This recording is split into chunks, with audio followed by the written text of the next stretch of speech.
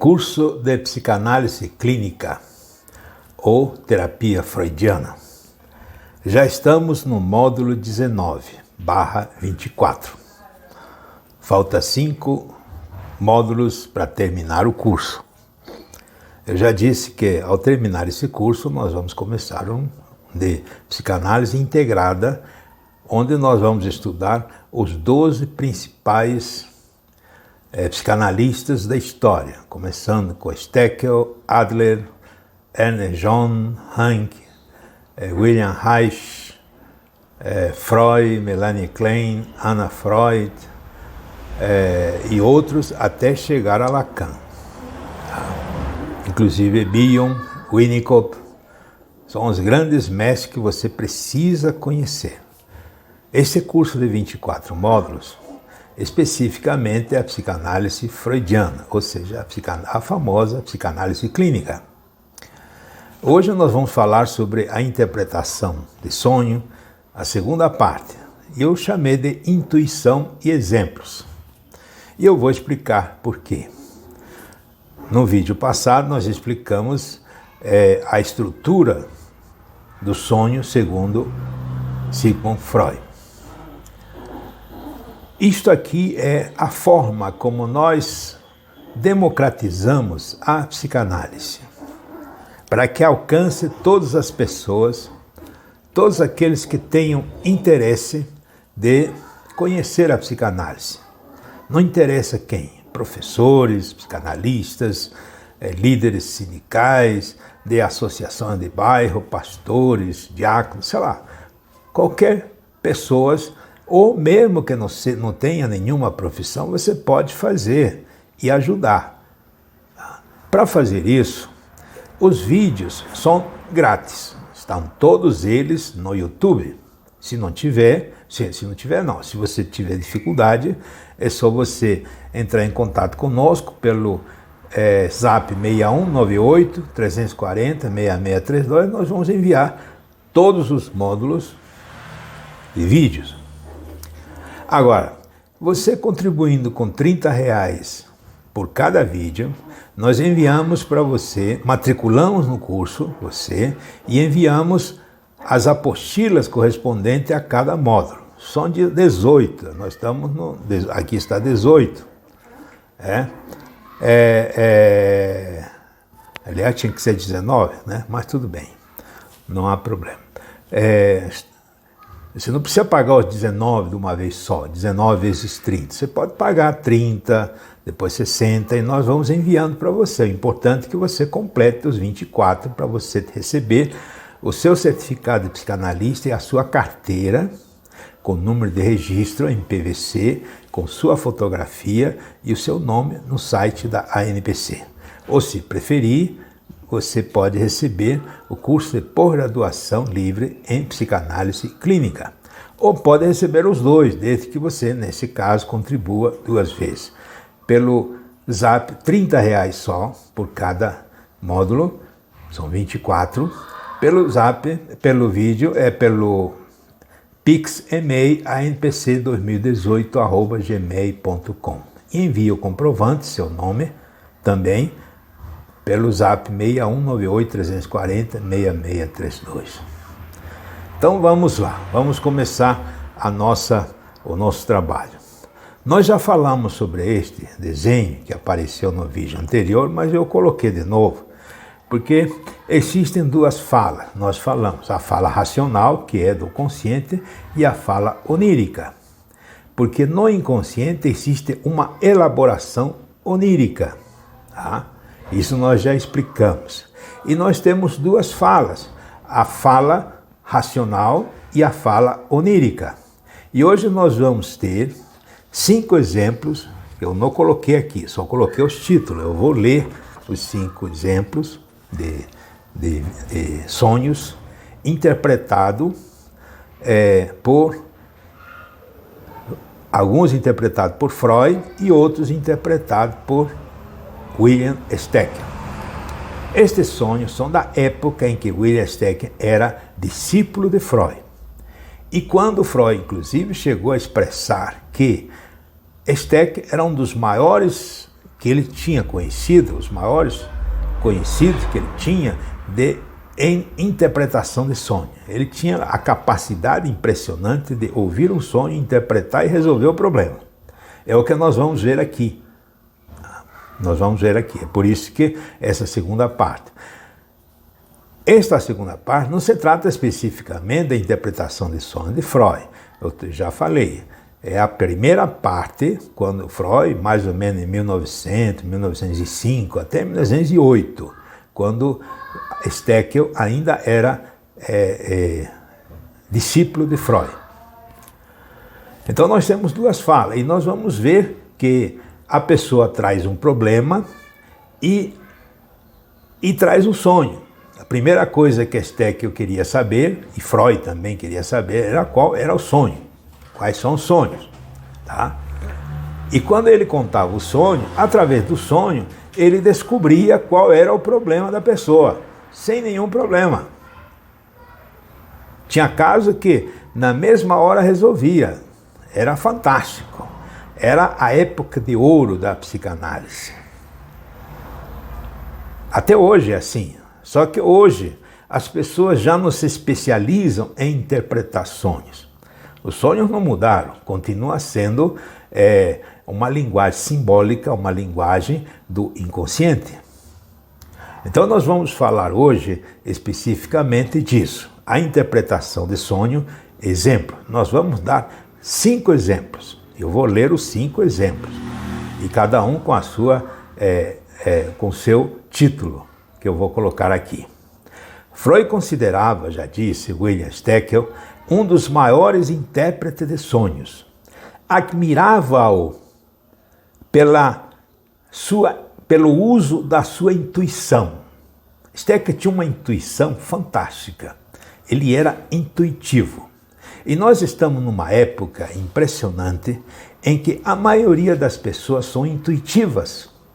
Eu acredito que deve ser a época que nós vivemos. Eu não encontro pessoas que não sejam intuitivas. Alguns mais e outros menos. Mas normalmente são intuitivas. Tá? Isso deve ser, inclusive, influência já da alta tecnologia, do Big Tech, que nós estamos vivenciando. A intuição hoje é fantástica. Qualquer pessoa, até aquelas pessoas que não têm nenhum estudo, tem até maior intuição. Tá? É uma questão de treinamento, uma questão de entender. Por isso que acredito que você pode fazer esse curso. E você pode perfeitamente ajudar as pessoas a entenderem seus problemas, inclusive a solucionar, como você vai ver nos exemplos que nós vamos dar aqui. Freud admirava Steckel pela sua capacidade intuitiva na interpretação de sonhos e na solução de problemas, que resolvia rapidamente as causas da neurose. Às vezes, com só um sonho, era suficiente para Steckel resolver o problema.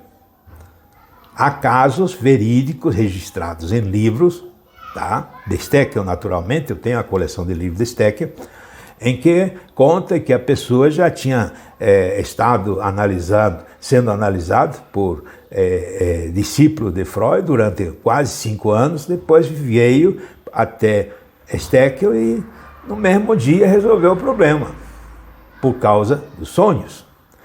Muito bem, você vai achar estranho, mas isso é verdade, está escrito, e o que está escrito é verdade. O método da intuição, o próprio Steckel, eu não estou estudando Steckel, nós vamos estudar Steckel inclusive nesse outro curso, que vem após esse. Mas eu estou me referindo a Steckel por causa de Freud, porque Freud tem algumas coisas que interpretava junto com ele. É por isso que eu estou falando dele. Steckel diz: ganhei do destino o dom da intuição. E constatei que se pode, obedecendo-a, encontrar a boa pista, transformando em videntes os doentes que se mostrem cegos em relação aos seus próprios conflitos. Olha que interessante. Ele abre os olhos daqueles cegos aos seus próprios problemas.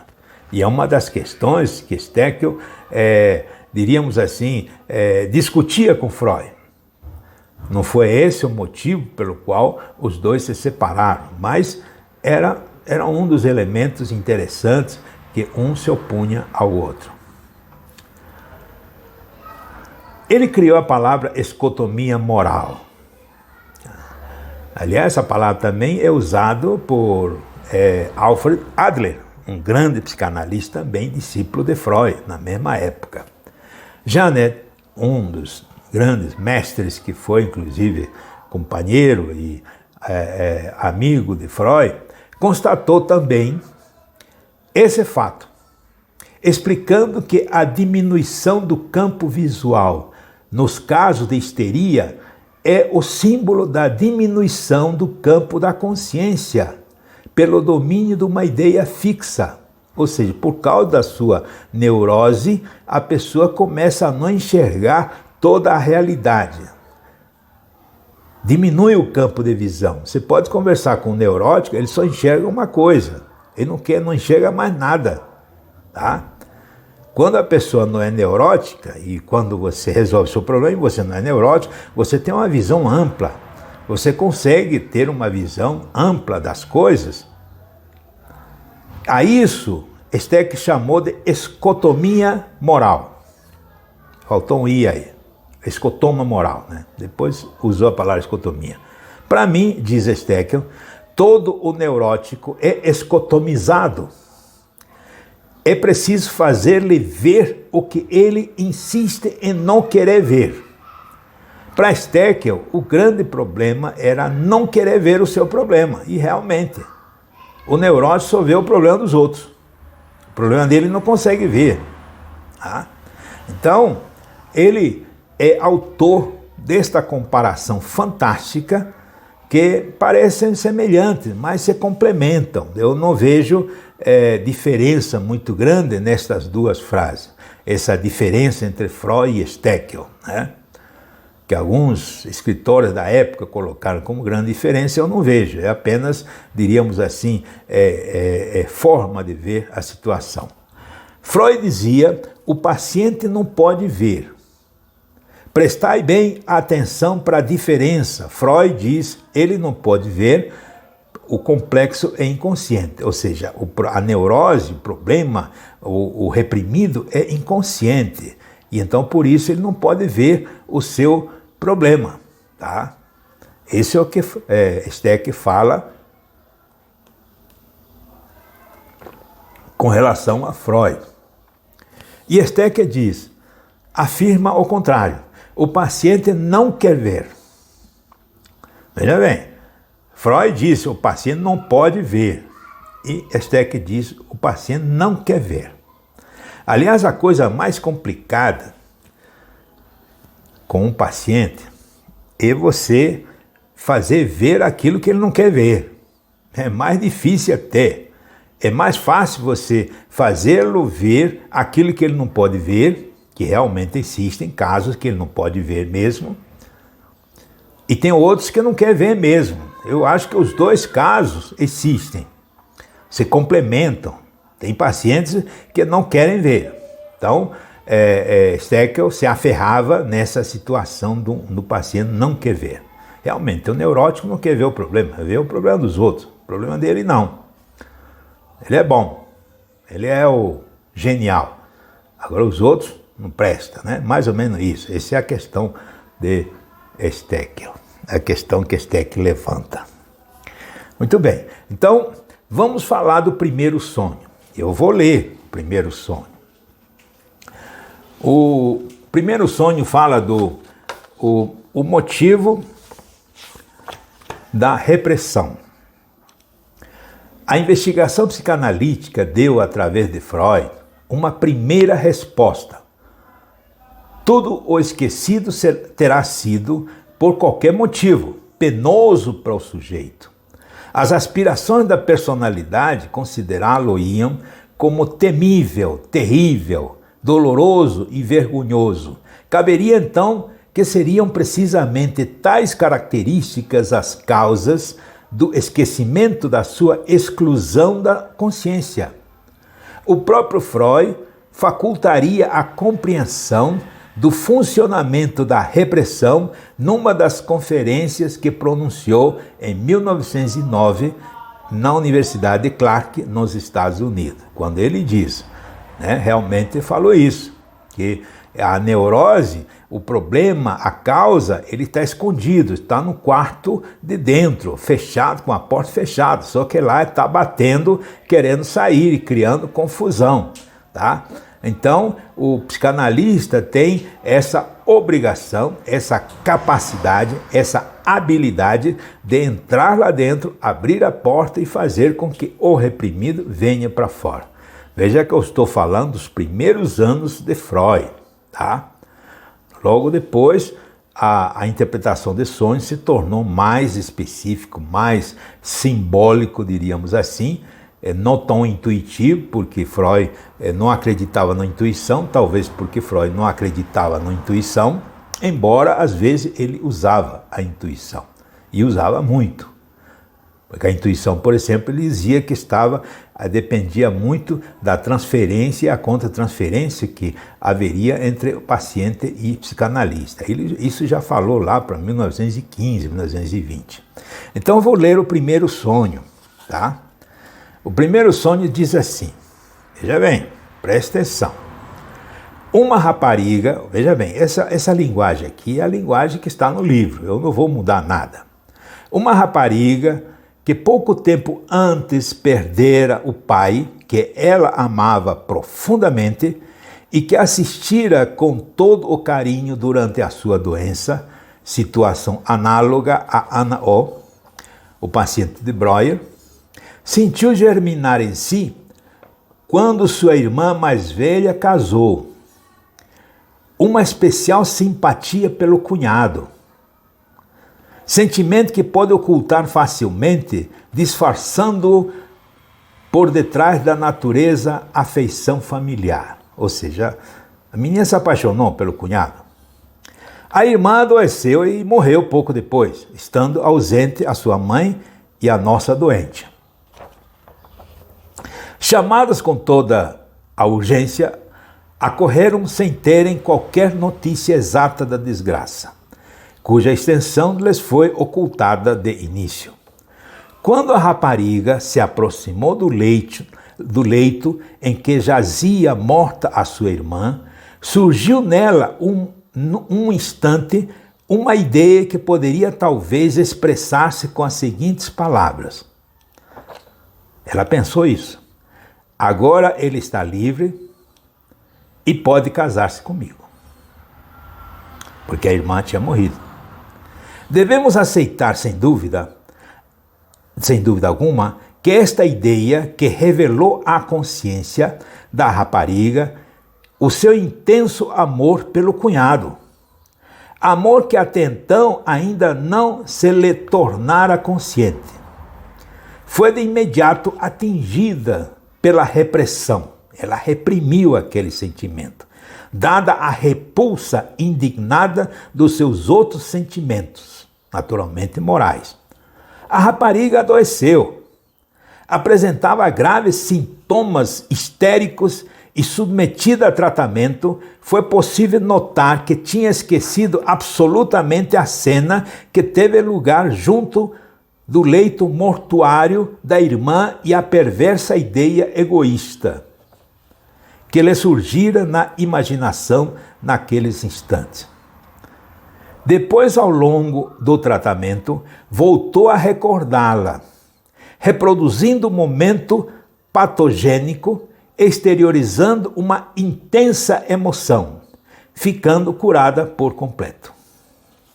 Neste e nos restantes casos, a personalidade consciente, o eu do sujeito, defende-se dos desejos intoleráveis perante as suas aspirações éticas e arreda-os da consciência, manda para o inconsciente, esquece-os, reprime-os por detrás de um conflito íntimo mais ou menos intenso. Ora bem, pode-se dizer que no neurótico, a repressão da ideia que implica o desejo intolerável não triunfa completamente, porque, pelo contrário, fracassa.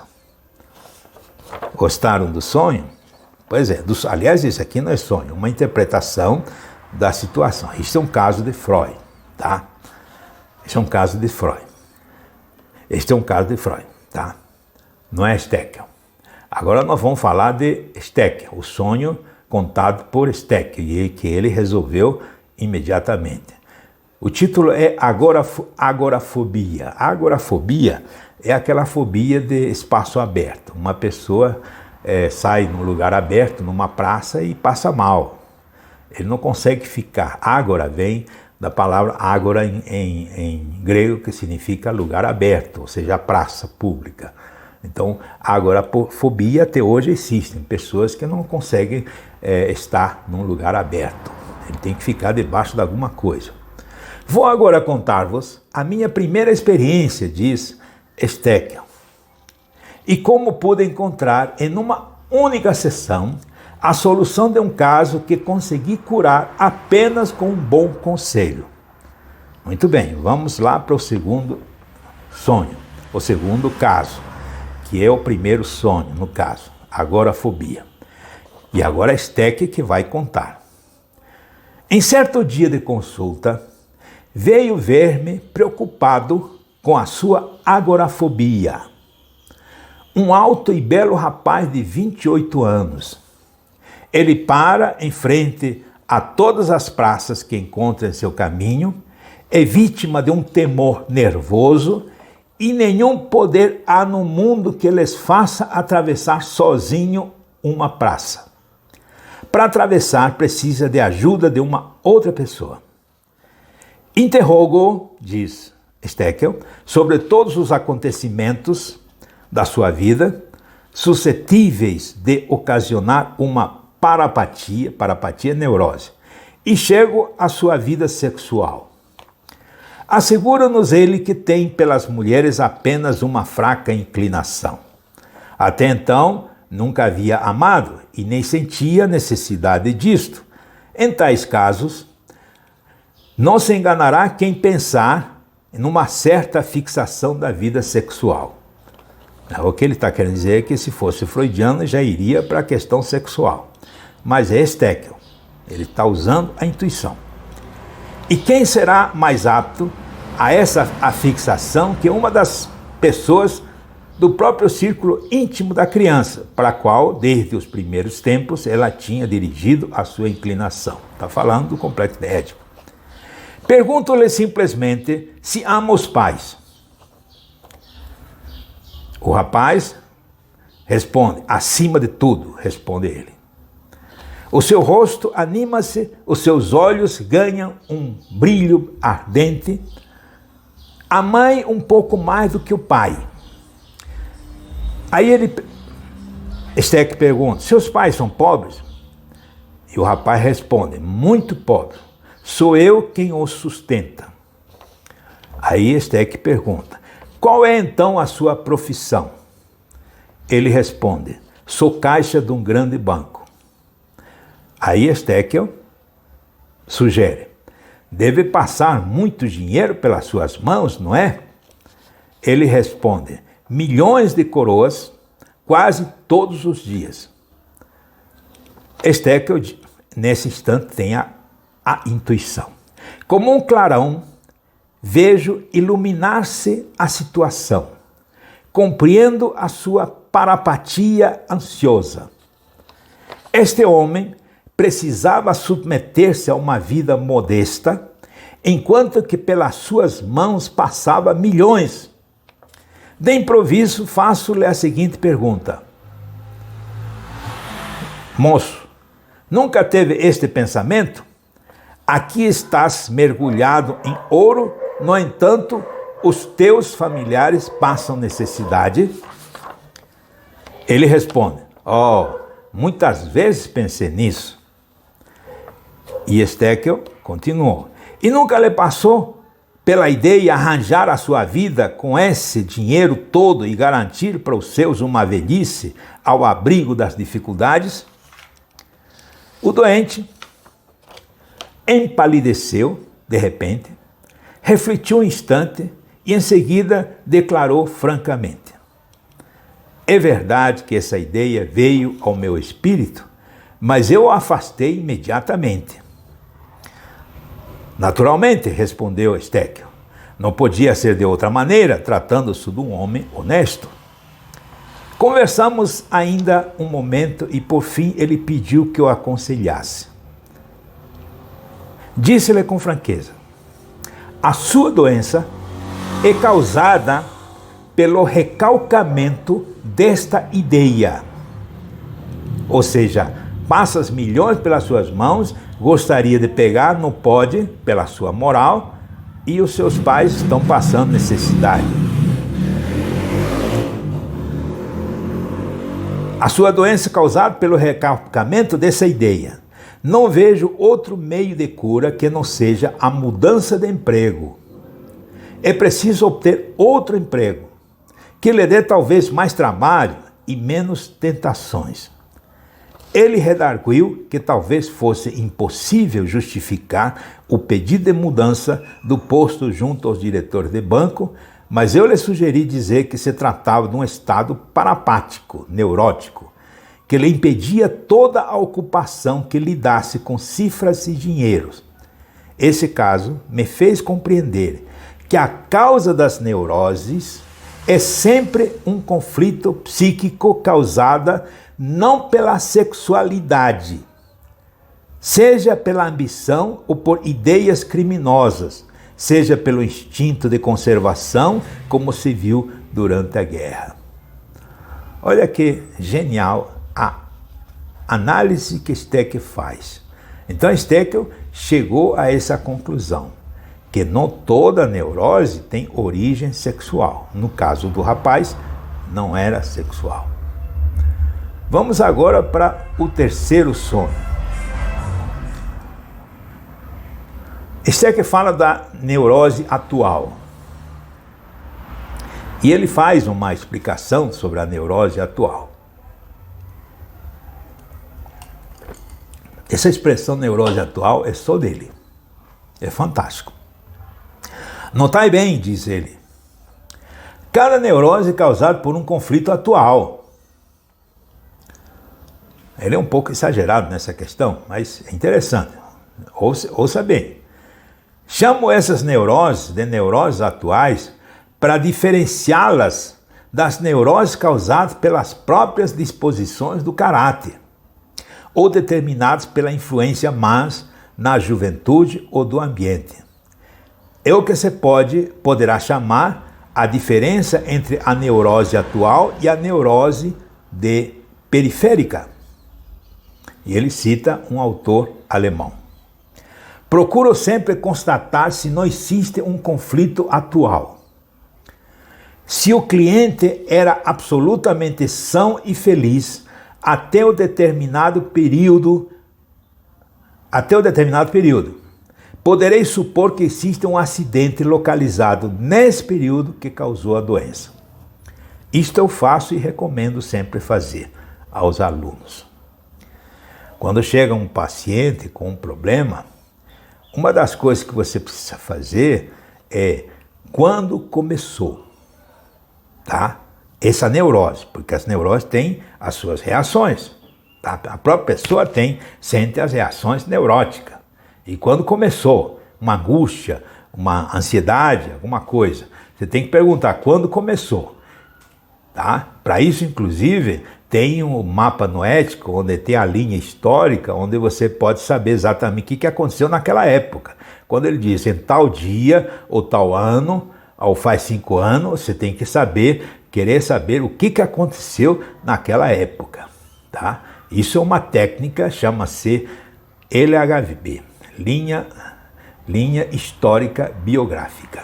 Isso é muito interessante. Nós vamos estudar provavelmente no último módulo, no módulo 24. Então eu vou falar sobre o terceiro sonho, a neurose atual. Isto é fantástico. Essa neurose atual é genial. É um dos sonhos, é uma das coisas mais impressionantes que eu gostei, né, de Estéquio. Estéquio disse: permiti-me, senhores e senhoras, citar-vos um dos mais tristes casos da minha experiência. Durante a guerra, fui chamado à casa de uma doente Uma senhora, no dizer da sua mãe, encontrei-a acamada, num estado de sonolência causado pelos narcóticos que tinha o hábito de utilizar. Ela está suja, despenteada e a sua roupa não está cuidadosamente limpa. A mãe esclareceu-me que a doente havia feito uma análise durante mais de 3 anos. Já tinha feito análise. O analista, um médico assistente de Freud, havia interrompido o tratamento porque o cliente não podia mais pagar. Naquela época era complicado, né? E não encontrou nenhuma questão. Assim que me vê, recebe-me com as seguintes palavras: sou um tipo neurótico, analerótico, não posso guardar dinheiro. Qualquer dinheiro que vem na minha mão, eu gasto tudo. Disse a mãe, o Stecker falou para a mãe: voltarei amanhã, senhora, mas recomendo-lhe não dar nenhum remédio à doente porque desejo vê-la acordar. No dia seguinte, encontro uma linda mulher de 28 anos, penteada, lavada, deitada num leito bem arranjado. Ela de novo começa a falar do hábito de gastar dinheiro. Haviam-lhe explicado este fato como a consequência de um onipotente complexo analerótico. Isso é linguagem daquela época. Eles inventavam um nome para um complexo qualquer. Quando não encontrava, eu sou contra de chamar uma doença pelo nome, né? Síndrome disso, síndrome daquilo. Quando não consegue resolver, chama de síndrome, etc. Pronto, acabou. Às vezes é muito fácil resolver. É o que Stecker está falando aqui. 2 semanas depois, um sonho que ela teve colocou-me na pista certa e me fez encontrar a razão das suas prodigalidades. Pude assim conhecer em pouco tempo aquilo que a análise de 3 anos não havia podido descobrir. Eis o sonho. Aí a menina, a moça de 28 anos, contou o sonho. Eu estava num cemitério e vi um túmulo que tinha em cima um monumento alto. Um fantasma sombrio saiu do túmulo, ameaçou-me com o dedo e jogou uma porção de moedas de ouro na minha direção.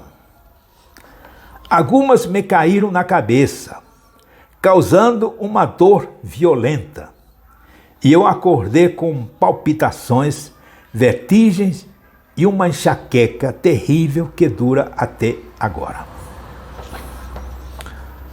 Stecker, então, entra na conversa. Interrogo-a acerca das associações do túmulo e do fantasma, mas observo que ela está habituada a limitar-se à superfície do problema, evitando as camadas profundas da sua alma. Insisto dizendo que o monumento deve ter alguma importância na história da sua doença. Esse espectro vingativo representa certamente uma pessoa em face da qual ela se sente culpada. Enfim, esse sonho deve explicar por que ela não pode guardar dinheiro.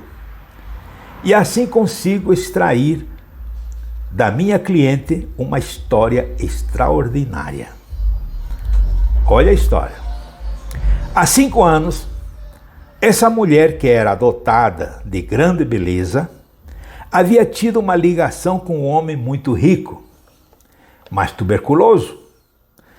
No começo, a doença não apresentava grande gravidade, mas com a continuação dos excessos amorosos, se agravou e o casal foi forçado a procurar a cura num clima mais doce ao sul da Áustria. 2 semanas antes da morte, esse homem disse à amante: se fores capaz de jurar que me tens sido sempre fiel, eu te farei herdeira dos meus bens. Ela jurou, mas tal juramento consistia em perjúrio, porque ela tinha tido, durante a sua ligação, relações com o melhor amigo do doente. Este, além disso, antes de morrer, fez com que a amante lhe jurasse que transportasse o corpo para sua cidade natal e erigiria um monumento de mármore em sua lembrança, com a seguinte inscrição: o amor é mais forte que a morte. E 2 semanas mais tarde morria nos braços dela, vítima de uma hemorragia. A mulher tinha a intenção de cumprir o prometido, mas era durante a guerra, e o transporte naquele momento tornava-se muito difícil e muito caro. A conselho da mãe, ela esperou melhor oportunidade. E assim a jovem mulher tornou-se rica, mas o dinheiro queimava-lhe as mãos. Ela não o podia guardar, sentindo-se sem direito à propriedade daquela fortuna. Quando o dinheiro foi totalmente gasto, grande parte dele havia passado aos bolsos dos médicos. Foi impossível transferir o corpo e erigir o monumento prometido. Ela sentia-se culpada, era católica, fora muito piedosa durante a mocidade, havia sido educada num colégio de freiras. É verdade que depois se tornara livre pensadora, mas um fundo indestrutível de qualidades mestras havia permanecido. A sua doença era a consequência de um mal-estar moral. Considerai agora, minhas senhoras e meus senhores, que durante 3 anos o passado desta paciente foi esmiuçado, tendo sido encontrada uma fixação ao pai e muitas outras perturbações da libido. Porém, o médico portou-se como cego a respeito do único acontecimento importante, o perjúrio. Um fato, no entanto, teria podido alertá-lo sobre a existência de um conflito atual. É que a nossa cliente tinha sido absolutamente sã antes da época do perjúrio. É sempre preciso, nos casos como esse, procurar o acontecimento que provocou a ruptura do equilíbrio. Observai ainda que a minha cliente não havia contado nada ao outro médico sobre a história do perjúrio, porque acreditava ser ele um incidente desprovido da importância e sem relação com seu estado atual. Aquela moça sarou e ficou bem, porque veio à tona toda a questão e ela se perdoou daquele perjúrio. Este é o sonho 3. Vamos falar agora do sonho 4. Stekel, ainda Stekel, a neurose atual. O caso seguinte bem exemplifica. Minhas senhoras e meus senhores, acabais de ver que esta doente sabia tudo e fingia tudo ignorar. É com relação ao sonho que eu vou contar.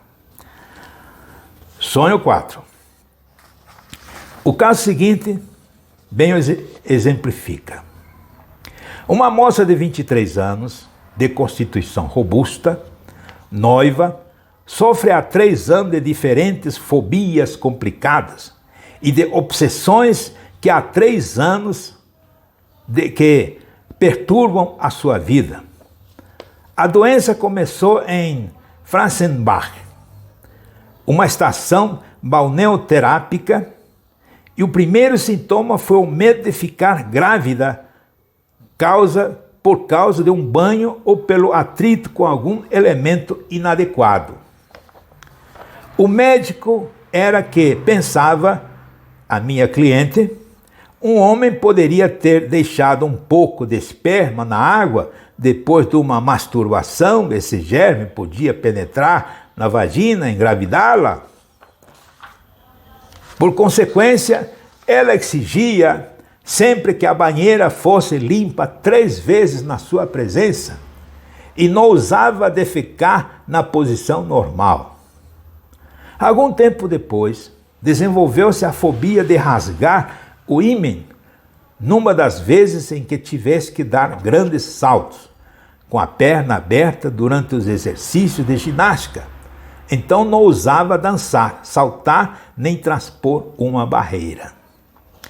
Nem mesmo andar em passadas largas, passou a andar com pequeninos passos miúdos. Se percebia uma viga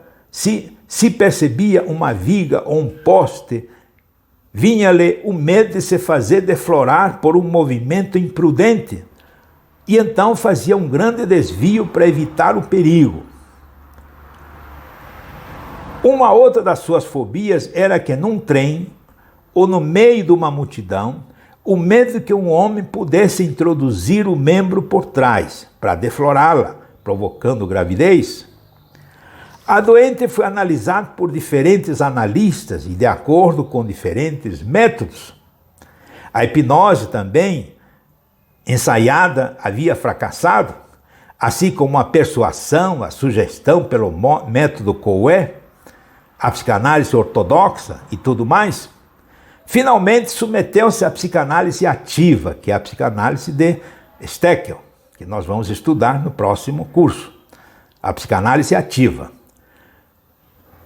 Com um dos meus melhores discípulos, muito instruído e hábil, diz Steckel.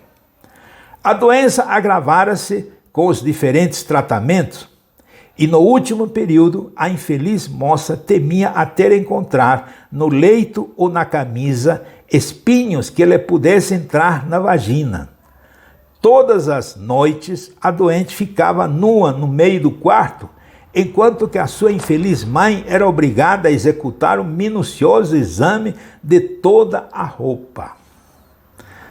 Estes são apenas alguns detalhes dessa parapatia complicada, neurose complicada. A moça sempre havia afirmado seu amor pelo noivo e a sua frase habitual era: "Eu lhe peço, doutor, cure-me, porque de outra maneira não poderei casar com meu querido noivo." Desde o começo do tratamento, eu desconfiava disso, porque acredito que um verdadeiro amor é o melhor médico. Se essa moça amasse realmente o noivo, não teria ficado doente. Ou ela amava um outro, ou havia um obstáculo qualquer no casamento.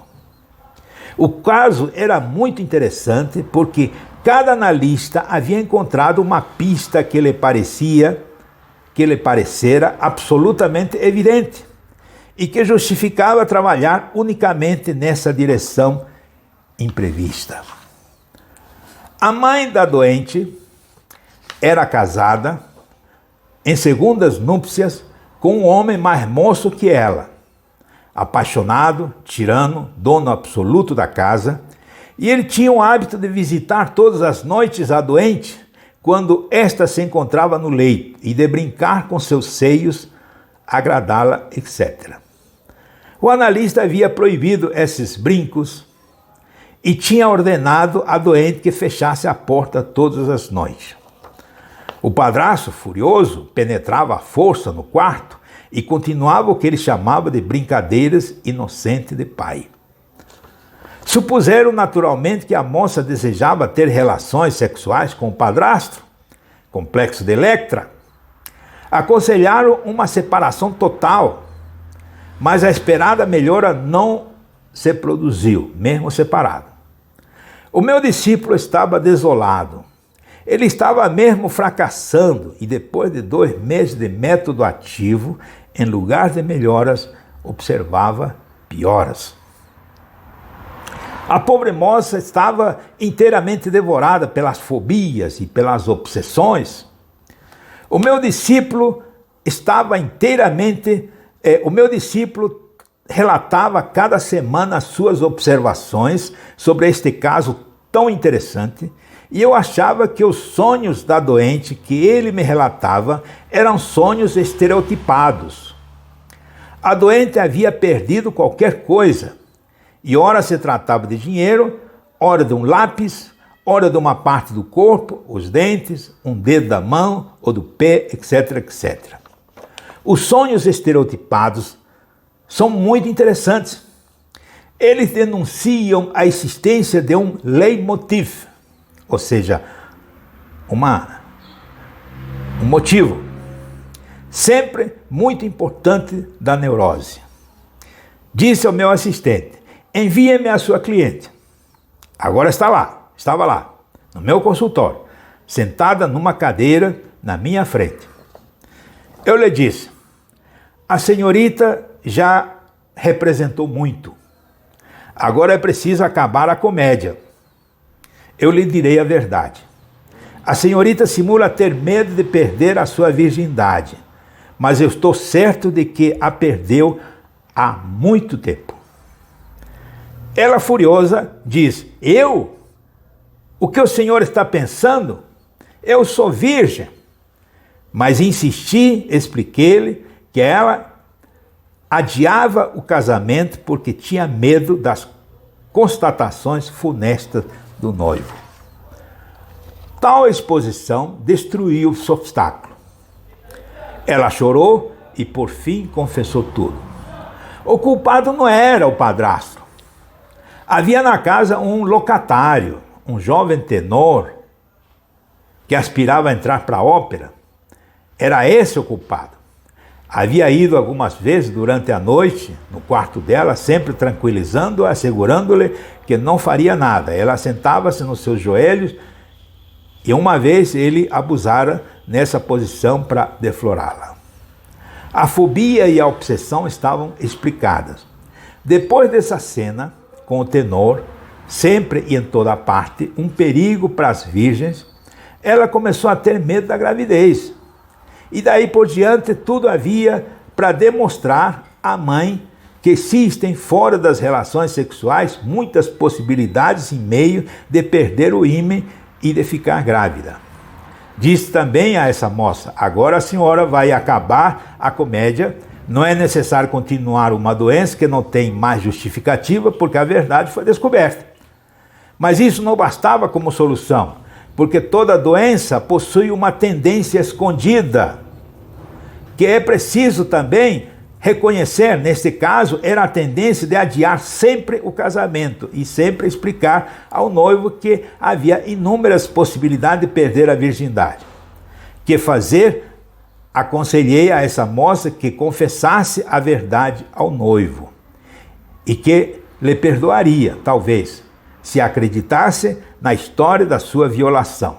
E as coisas passaram-se da seguinte maneira: o noivo já duvidava de que se passara, porque era amigo do cantor, e este o havia prevenido: não te cases com essa menina, ela não é muito séria.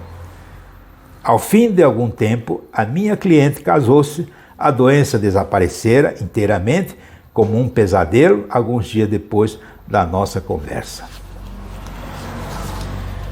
Pois é, e agora vamos ao quinto e último sonho. Hoje só estou contando sonho. A neurose atual. O método novo vê os sonhos como um espelho da personalidade, sem enveredar pelo labirinto do simbolismo. O sonho 5. O método novo vê o sonho como um espelho da personalidade. Aliás, Jung fala que os sonhos são espelho e não símbolo, sem enveredar pelo labirinto do simbolismo. Ainda há um exemplo útil. Uma mulher de 25 anos, doutora em arte, empregada da Galeria Nacional, é analisada por meu discípulo, o professor M, por causa de uma depressão. O conflito é atual. Ela mantém relações íntimas há 3 anos com um homem casado que trabalhava em Berlim e vem vê-la talvez uma vez por mês. Apresenta-se para ela a oportunidade de casar-se com um homem possuidor de bela posição, possibilidade que a deixa perplexa. Que fazer? Renunciar ao amante? Escutar a voz da razão e casar a fim de garantir uma existência tranquila? Ela não pode resolver com facilidade. É custoso tomar partido, então procura a decisão de um psicanalista. Coitado do psicanalista. Na terceira semana tem um sonho que meu discípulo não pode compreender. O sonho era o seguinte: parto em viagem, as minhas bagagens já estão instaladas no carro, vou ao guichê e fico espantada porque reconheço no empregado que me atende o pintor restaurador dos quadros velhos da nossa galeria. Abro a bolsa, certa de encontrar nela uma nota de 100 shilling.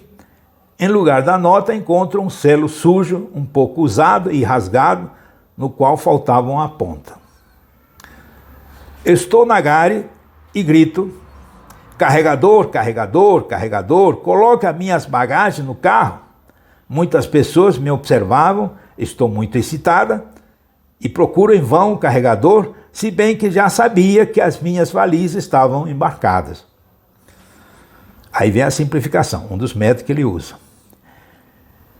Em todos os sonhos, a simplificação nos aproxima da verdade. A simplificação desse sonho é que essa mulher engana duas vezes. Primeiro, ao bilheteiro dando-lhe um selo sem valor em lugar de uma cédula. Em seguida, ao público fingindo que as bagagens estão ainda do lado de fora enquanto elas já estão no trem. Reparai que o bilheteiro é um restaurador de quadros. E compreendereis que esta jovem mulher quer enganar alguém por uma restauração. Digo ao meu discípulo: essa senhora perdeu a virgindade e quer enganar o homem que lhe propôs casamento, fazendo uma operação que lhe restabeleça a virgindade perdida. O selo rasgado é o ímã, tão importante para a noite nupcial naquela época, como já vimos em casos precedentes. Ela quer também enganar o público, levando a coroa virginal ao altar. As bagagens são, vós os compreendestes, o símbolo do órgão masculino introduzido nela há muito tempo, quando ela quer fazer crer que aquelas estão ainda na plataforma da estação, enquanto que já estava lá dentro. O meu discípulo respondeu a essa interpretação: mas isso é uma brincadeira? E ficou muito espantado quando a doente admitiu que, instruída por uma amiga doutora em medicina, havia tido a ideia de recuperar a virgindade fazendo uma operação atualmente usada para enganar os pretendentes conservadores.